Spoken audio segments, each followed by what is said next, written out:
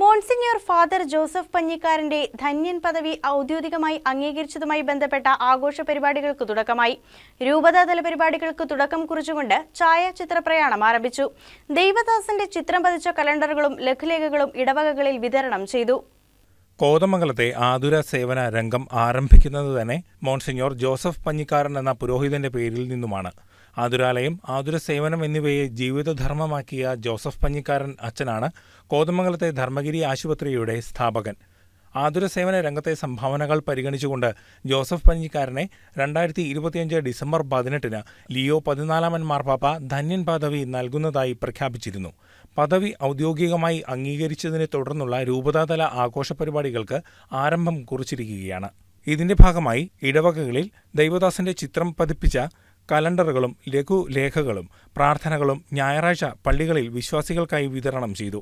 ആദ്യഘട്ടത്തിൽ രൂപതയിലെ വിവിധ ഫെറോന പള്ളികളുടെ കീഴിൽ വരുന്ന ഇടവകകളിലൂടെ ദൈവദാസന്റെ ഛായാചിത്രവും വഹിച്ചുകൊണ്ടുള്ള പ്രയാണം ആരംഭിച്ചു. രാവിലെ പഴമ്പിളിച്ചാൽ ഇടവകയിൽ നിന്നും ആരംഭിച്ച ഛായാചിത്ര പ്രയാണം ഊന്നുകൽ ഫെറോനയുടെ കീഴിൽ വരുന്ന 11 പള്ളികൾ സന്ദർശിച്ച് വൈകിട്ട് 6 മണിയോടെ ഊന്നുകൽ ലിറ്റിൽ ഫ്ലവർ ഫെറോന പള്ളിയിൽ അവസാനിച്ചു. ഞങ്ങളുടെ ദേവദാസൻ ധന്യൻ ജോസഫ് പഞ്ഞിക്കാരനച്ഛൻ്റെ ധന്യ പദവിയിലേക്ക് ഉയർത്തിയതിൻ്റെ ഒരു സന്തോഷത്തിൻ്റെ കൃതജ്ഞതയുടെ സൂചകമായി 31-ാം തീയതി ജനുവരി 31 ഞങ്ങളൊരു കൃതജ്ഞതാ ബലി അർപ്പിക്കുന്നുണ്ട് കോതമംഗലം കത്തീഡ്രലിൽ. അപ്പോൾ അതിനു മുമ്പുള്ള ഒരു ഒരുക്കമായിട്ട് കോതമംഗലം രൂപത മുഴുവനും അച്ഛനെ ഒന്ന് അറിയപ്പെടുന്നതിനും അച്ഛൻ്റെ ഛായാചിത്രം പ്രയാണം ചെയ്യുന്നതിന് ഞങ്ങൾ ഓരോ ഇടവകയിലൂടെ ഇന്ന് രാവിലെ ഞങ്ങൾ 5:30 ആയപ്പോൾ ഇറങ്ങിയതാണ്. ഞങ്ങൾ ഊന്നുകല്ലിൽ കൂടി ഇറങ്ങി വീണ്ടും മാമലക്കണ്ടം, പഴമ്പള്ളിച്ചാല്, പരുച്ചിക്കല്ല് അങ്ങനെ കടന്നു വന്ന് വീണ്ടും നേരിമംഗലം, നീണ്ടപാറ, ഇങ്ങനെ 11 ഇടവകയാണ് ഈ ഊന്നുകല്ല് ഫെറോനയ്ക്കുള്ളത്. ആ 11 ഇടവകളിൽ ഞങ്ങൾക്ക് പോകണം. ഇപ്പം 6-7 പള്ളികൾ കഴിഞ്ഞു.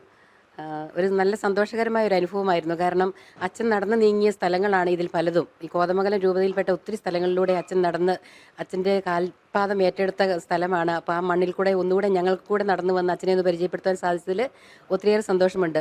ഡിസംബർ 31 ശനിയാഴ്ച നടക്കുന്ന കൃതജ്ഞതാ ബലിക്ക് ശേഷം നടക്കുന്ന പൊതുസമ്മേളനത്തോടെ ആഘോഷ പരിപാടികൾക്ക് സമാപനമാകും. News desk KCV news.